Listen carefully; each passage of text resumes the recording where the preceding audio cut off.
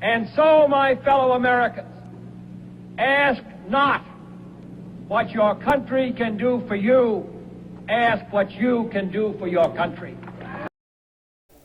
Today is Friday, which means we have an award, a Schiffhead of the Week, named after Adam Schiff, one of the most dishonest politicians in the history of our country.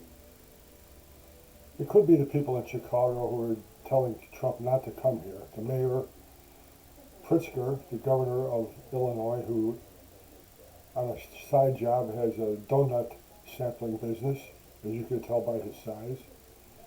But what's happened now in Minnesota has garnered attention strictly to that state and awarding our Schiffhead of the Week. Imagine if you're answering your front door and your daughter's new boyfriend comes to the front door and he's wearing a dress. What would you think? The LGBTQ community has come up with all kinds of monikers.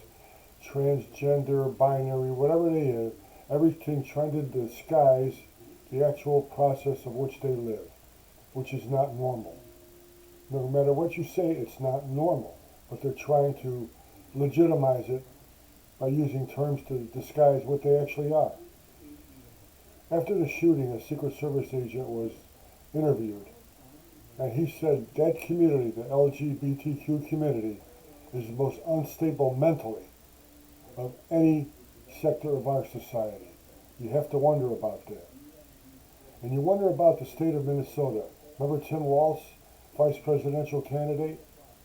When the Black Lives Matter burned the city down after George Floyd during COVID, and he sat there and let it burn, the police station burned down, and he said it smells like freedom.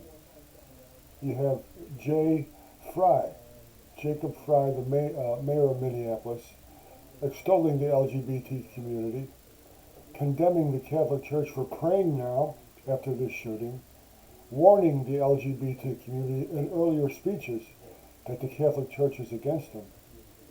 And you wonder why it's being fostered that this kid who became LGBTQ, a boy wanting to become a girl, went haywire. They foster it. In that state, they have congressional representatives, Omar, who hate this country. When Biden's border policy was a total sham and we were invaded by terrorists, if I was a terrorist in this country, I would go to Minnesota, because it's probably now the most un-American state in the Union. They're against what we were brought up. They're against how we are governed. They're against America.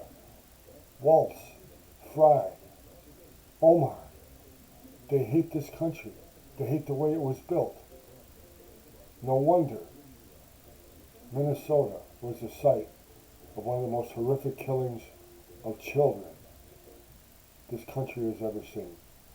Our Schiffhead of the Week, all the politicians in the state of Minnesota who have made a once great state into a breeding ground for terrorist and anti-American feelings.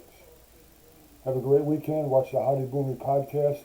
HowdyBoomy.com, a great site for baby boomers. God bless you.